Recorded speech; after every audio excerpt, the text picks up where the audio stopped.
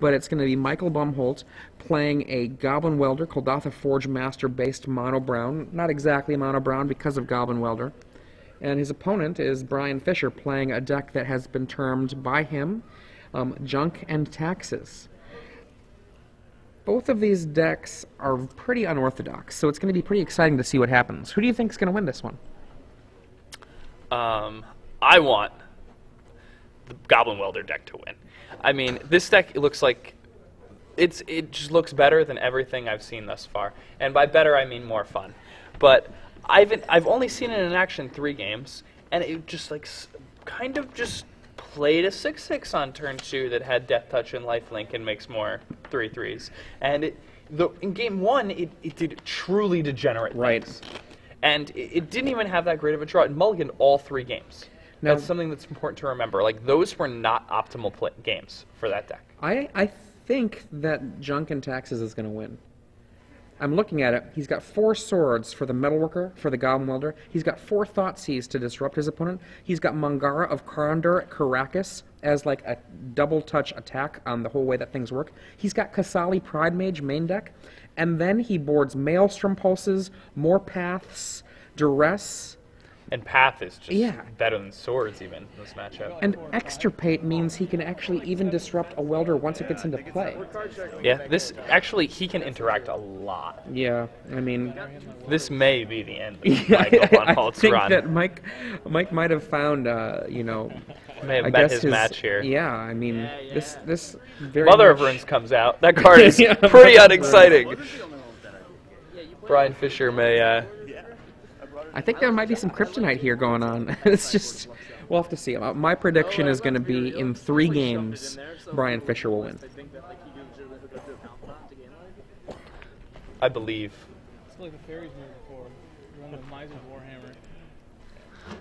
I believe in the Welder deck.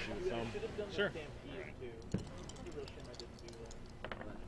We're off to the start of the match with die roll starting.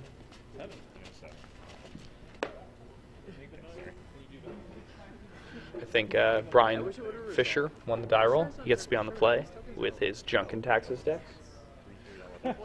This deck is similar to the deck that Lou Laskin played at the Star City Open in Legacy at Kansas City. Yeah, and it's kind of a mashup with that deck. And he explicitly said it was a mashup with that deck and the Junk decks that have been being played more recently, largely based off of the Bryan Cole build from Grand Prix Columbus that was run by Brad Nelson at that event. Bryan Cole was playing it before that event, but that was where probably it got its most notice. Tell her that you need to go to Dallas now. I mean, I need to find at least 1 or 2 more weekends to go to so that I can just automatically get the invitation. So it looks like Michael actually won the die roll, and he's going to keep his opener here, and Bryan is going to mulligan.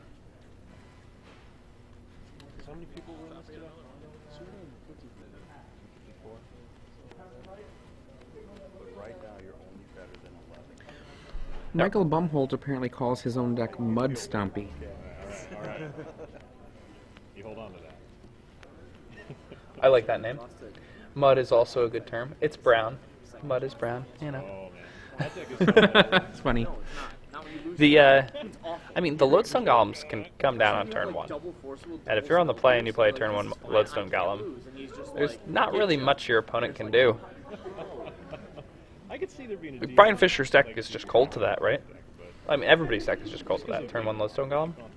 It's not that, I mean, it slows him down. He can still come back. Yeah, he has to swords it on like turn 2. Yeah.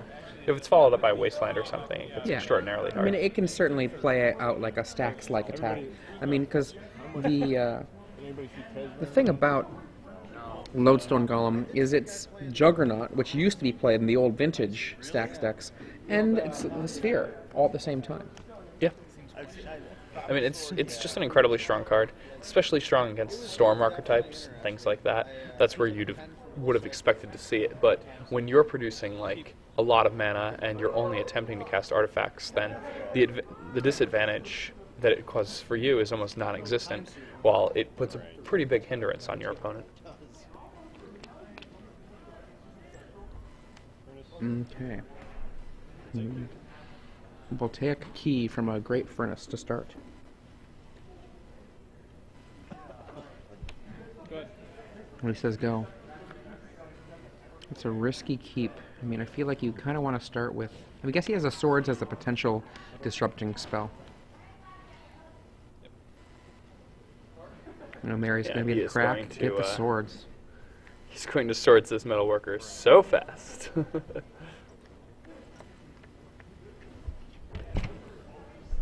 The metalworker and voltaic key is a healthy amount of mana. Yes, totally.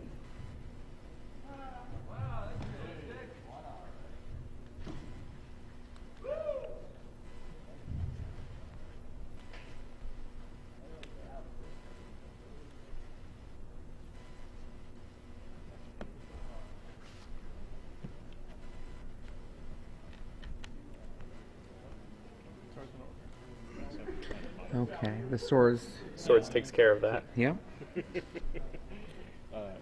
Michael gains a bit of life, and So then, right? Bryan gets to untap. Bryan's deck has a lot of powerful 2-drops here. Ooh, Aether Vial and no other land. That's rough. that is very rough. Metalworker number 2. Yeah, Does he have another swords in his hand? I don't think he does. Again, But, I mean, it's not an unreasonable keep. He already mulliganed down to 6. He had a swords in his hand. He also had a vial for turn 1. take the ball. So charge vial. I'll draw. But this Top looks of the- pretty scary. Oh, there we go. Some mana. Yeah, you found an extra land.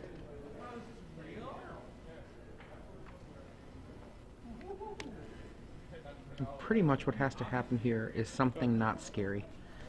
Yeah. Know? The odds of that, I think, are pretty low. I mean, This is the part I always hate. Nobody likes this. yeah, that's pretty scary.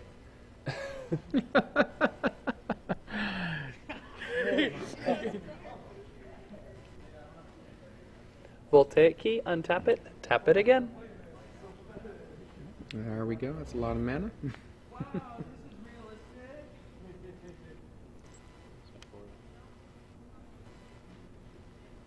You know I'm not going to force it. You could have a response. Play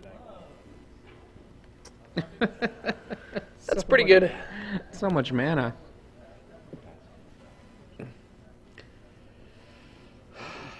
That's it. Yep, that'll do it. That's- I mean, there's literally nothing in his deck that actually... Yeah, there's no way out of this. Well, if he top decks a Swords to Plowshares right now, he can get the Kuldotha Forge Master. And then have to worry about the Lodestone. When he only has 3 drops in his hand, and he has only 2 lands in play. I guess he has a vial. So Good. he can start playing 3 drops. And you know, he's gonna get the vial up to 3, and he's going to start removing things with Mangara. So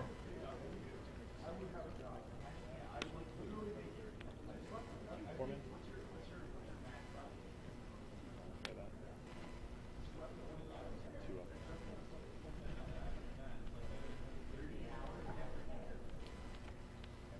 And up. Activate key turn forward. gets to That's gonna be ridiculous. I'm so excited. Floating. I'm loving your opponent says that. Floating core, sacking these 3. sacrifice these 3 artifacts to his Kuldotha Forge Master. And what's he gonna get? That's a Mirror Battlesphere.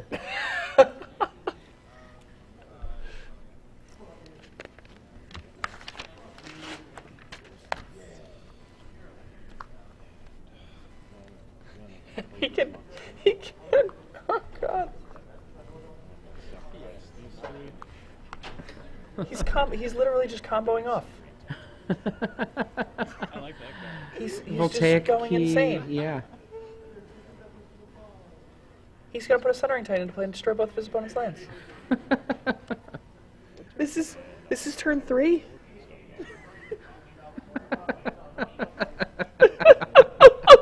I love Legacy. Oh man, no, it's turn 4. It's turn 4. His opponent decides to pack it in. He decides that's good enough. Okay. So Well, for the giveaway that we have, I've got another trivia question for all of you history buffs out there. And so where you're going to be wanting to answer this is at And that, like, do that whole announcement again. And then right. Absolutely. Where you're going to be wanting to respond to this is at the hashtag on Twitter, hashtag SCGINDY leg top 8. That's hashtag SCGINDYLEG top 4. My bad. TOP4. So for those of you who are ready for the question, since we have some metalworker shenanigans going on, in a very famous match, two well-known pro players were dueling with nearly exact mirror decks, both metalworkers, when one player got an advantage. He got this advantage, I'm going to restate this, when one player got an advantage from a small mistake and he was overwhelmed by tokens from his opponent. What Artifact Mirror Match players were they? What two famous pro players played this, I believe, U.S. Nationals Finals? And can we say what the mistake was made with? Phyrexian processor? There we go, I believe? Phyrexian processor. There's another part to the mistake. What's the other part to the mistake? What is it? Crumbling Sanctuary. Exactly. You're right. And that's pound SCGINDY LEG top 4. So with the Crumbling Sanctuary Phyrexian processor mistake, one of these players vanquished the other. Who were the two pro players that are quite famous? The two friends is another little fun clue. Is it? I'm told that might have been the World's final. Is that correct? Yeah, it was probably That was Worlds. That was Worlds. Thank you, Ronnie Serio, for that quick fix. I remember watching that. Did you test against Junk? What? Did you test against Junk? Is that one of the 5 decks you tested against? I know somebody had floating around the. remember the hashtag. Remember to put on your hashtags there, everyone. I beat those today quite a bit. Ready for this? I actually did not compare against Tribal at all. Remember, everyone, the hashtag is SCGINDY leg top 4. That's SCGINDYLEG TOP 4. Now, Michael's up a game, and he did some pretty degenerate things that last game. And we were so worried about these cards like Kasali Pride Mage and Swords and things like that. And his opponent did stumble. His opponent had a very lackluster draw. But I don't think there's much he could have done, even if he... unless he could have had another Swords for that second Metalworker. Right.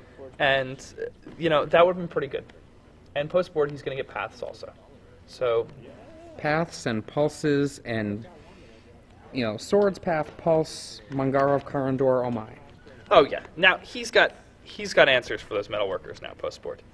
But imagine a world where Michael plays a turn 1 Grin Monolith. Suddenly, things seem very difficult. That would be cool. I'm just going to repeat the question. For the pound SCGINDY top 4, a famous finals with a metalworker mirror match in the World Championships had two friends and pros play where a mistake by one of them with Phyrexian processor and Crumbling Sanctuary caused one of these famous pros to lose. Who were the two pros that played? Well, it turned to mid-range. Meanwhile, we're waiting here for Michael Bomholt and Bryan Fisher to finish out this match. Michael Bomholt is up 1-0. In that game, what he ended up doing is he put down a metalworker, which was first Swords, put down a second metalworker, which was unanswered, and Bryan Fisher stumbled on mana. And as a result, what happened? I mean, on turn 4, he had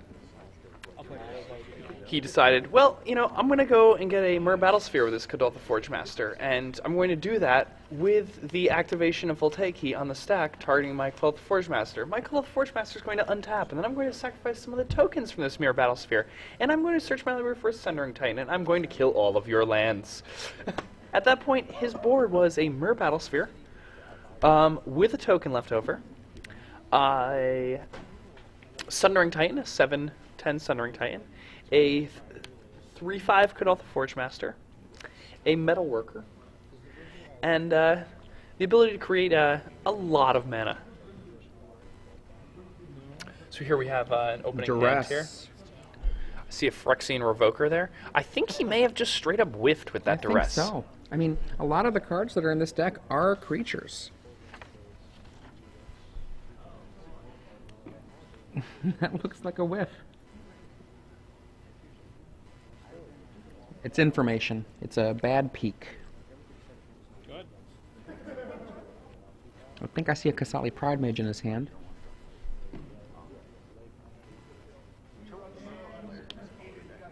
Wasteland. That is a Kasali Pride Mage. Good. Prime Mage's pretty good. And there's the Especially in Voltaic this key. matchup. Rips the Voltaic key off the top. You had that written down? That's odd. There must be a graveyard off camera that we cannot see. He must have actually gotten a card with the Duress. Yeah. Adrian's going to get this sorted out so that we can actually see what was taken by the Duress.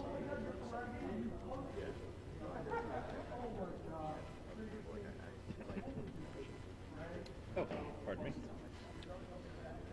Adrian. Is anyone on the other side of this thing? Is anyone actually listening to me?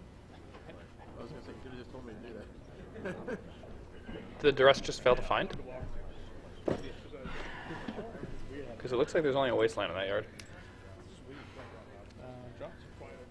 You know, I'm not sure what was the case there. Like, I think he might have written down the Great Furnace and was scratching off the Great Furnace there when he was scratching off a card, because the judge didn't seem to be perturbed by the lack of duress being in target being in the yard. So I think the Great Furnace was what was crossed off.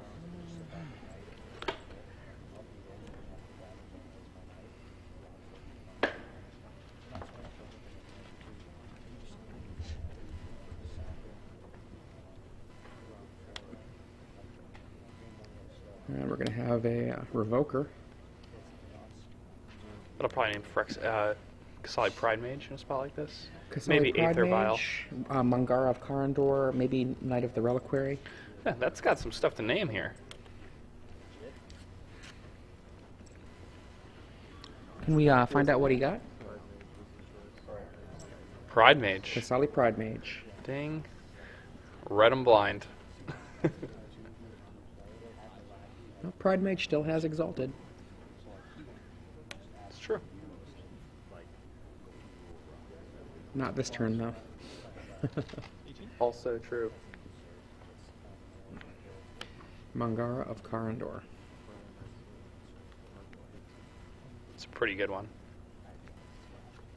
Especially because he has the Kasali Pride Mage in hand. He gets to get rid of the Revoker. And I think I just run the Metalworker out there this turn. Maybe I play... Is that a Crucible in his hand? Can't quite tell. I think he may have just drawn a Crucible. If he just drew a Crucible, then he could just start Wasteland. Yep. Crucible Wasteland. That basically forces the Mangara to get rid of the Crucible. yeah.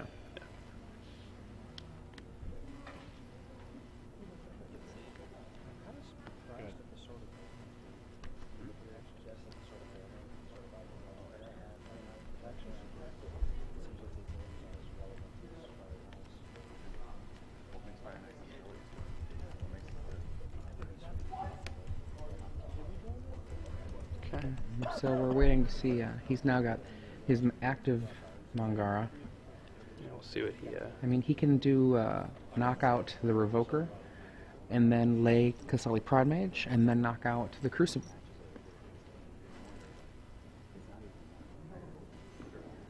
That seems like it's got to be the best line of play.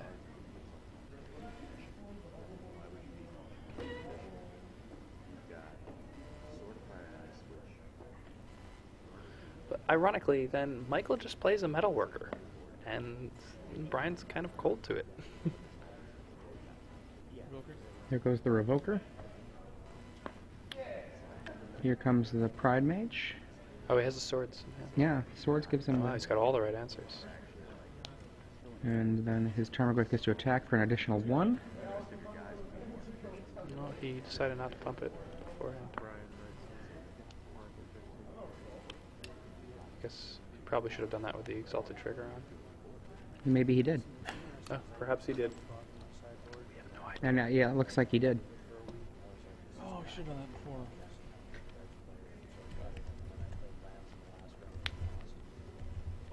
We're playing loose on camera. This guy? Metalworker. Pass the turn. And here Certainly comes... cast the sword. Is that Swords and Thoughtseize? And both of those can come in, baiting the Metalworker to block. I don't think that's happening. I agree. And Thoughtseize should probably come down first. Seems reasonable enough. Cards?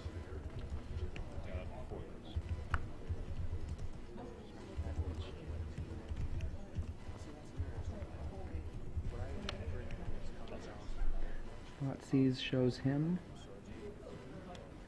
Lodestone, Sundering Titan, Wormcoil Engine, and a City of Traders. Huh.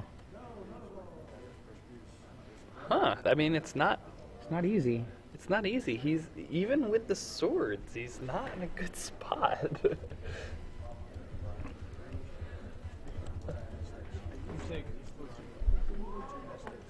Takes the Lodestone Golem, the card that can actually be cast on the next turn. Swords is the Mangara.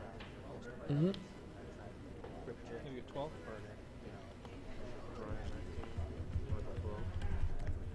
Go ahead.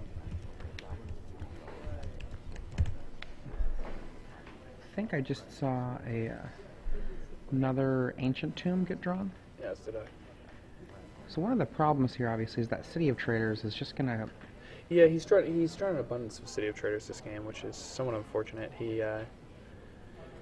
he kept the hand with just one of them and ripped 2 of them off the top. They've,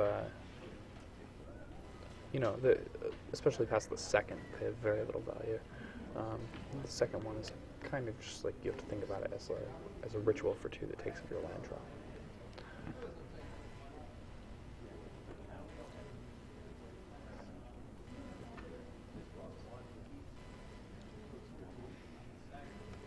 Here it comes, little trade. Ancient Tomb. I think that's another City of Traders in his hands. And he's just waiting. I think I see a Mangara in Bryan Fisher's hands. Fine. Yeah, as do I. And that should just lock it up. Yeah. Ooh, Bob. Oh. I don't have a problem with that play. Like, he's still a little ways off from being under threat. If Well, he lays the Mangara on the next turn. Oh boy, maybe I was wrong. Yeah, he can actually cast a 6 now. yeah.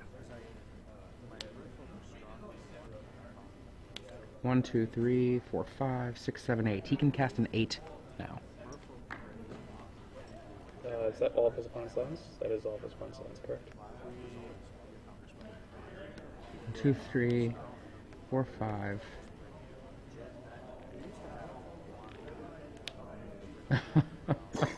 6, 7, 8. Boom. Humph.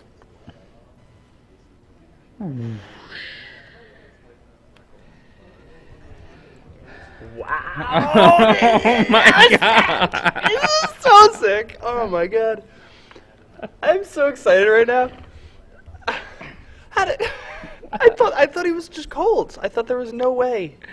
I actually didn't think about the Grim Monolith either. The Voltaic was sitting there so innocuously. Look at this worthless Voltaic he's sitting there and play. Now it's actually an extra City of Traders. Yeah, there wasn't double white in Bryan Fisher's board to make the Mangara earlier. Okay. Now, Voltaic Key Sundering Titan means he gets to attack and untap it for the blocks. It's true. It's pretty crazy. Oh my god. What a game. I almost let out a curse there. I was so amazed. Yeah, I was right there with you.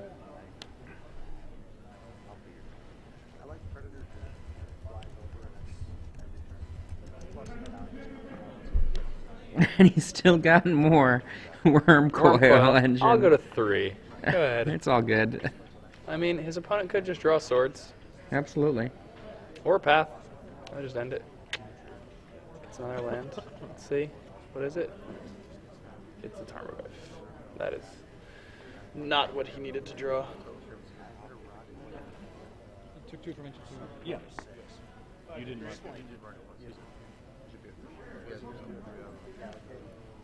Okay. You just missed one. Okay.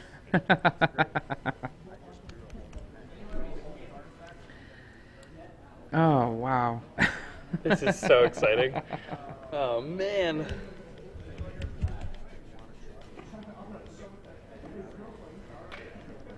You know, one of the things that is really just shocking about this is how it looked so close to being just done.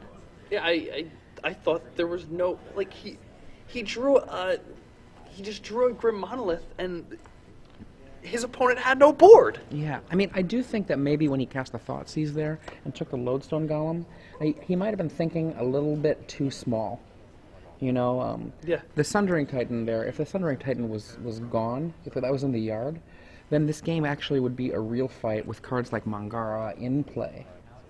Yeah, I mean, well, Bryan Fisher would have just crushed him Yes. if the Titan was not. And he had the option to make that happen, you know. The Lodestone Golem would have been in play, and it might have been a card that would have been able to take out the Tarmogoyf. I'm not sure how big the Tarmogoyf was. We had land, we had instant, we had sorcery, we had artifact, we had creature. So the Tarmogoyf was a 5/6. So actually, the Lodestone Golem can't fight it. It can only race it. There seems to be some question as to Bryan Fisher's life total. 2, 3, 4, 5. So I can do now. Yes. I was wrong.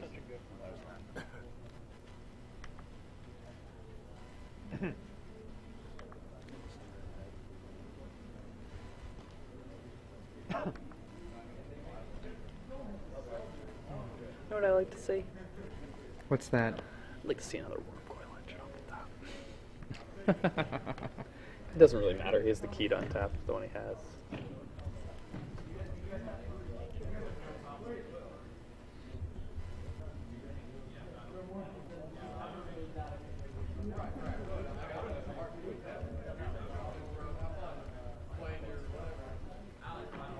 Good. Now, what's so crazy is that Tarmogoyf is almost as big as these. Yeah, well, Tarmogoyf is a 5/6. What did he draw here? So he's going to have to actually, I think, throw away the Dark Confidant to block the Sundering Titan. Because if he kills the Sundering Titan, then he'll just lose all of his lands. And it's just, there's no way for him to come back from that. Oh, yeah.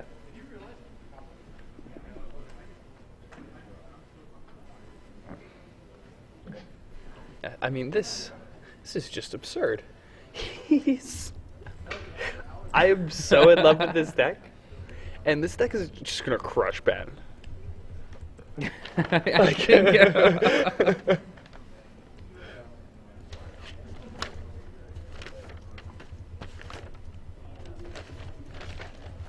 I mean, he does such broken things out of nowhere.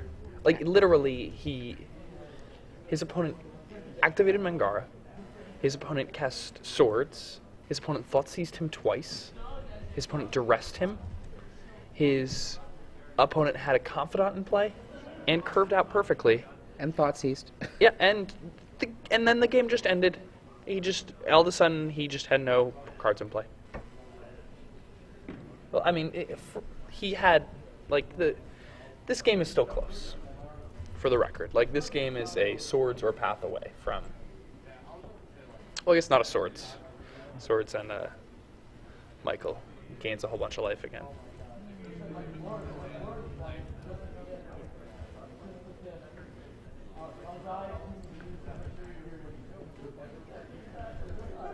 It's hilarious. He can't even kill the Titan because Yeah, he can't allow himself to be gunned. it'll just get in him again. Here's the chump.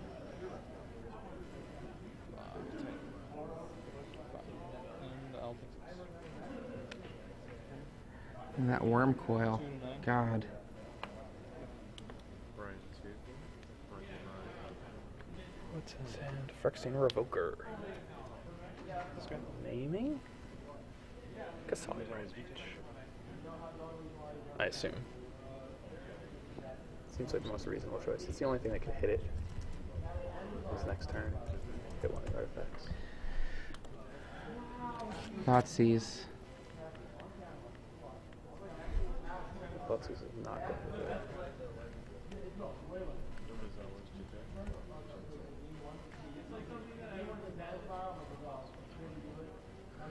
He named Umezawa's Jitte. Seems a little odd, but at this point, I don't think it's overly relevant. Casali Pride Mage. Can't really do anything. He can't attack. The Voltaic Key brings back up something bigger than whatever he attacks with.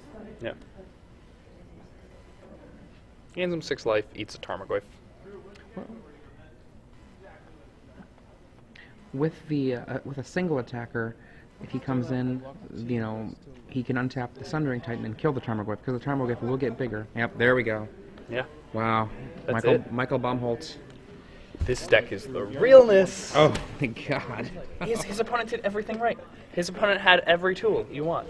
Well, I mean.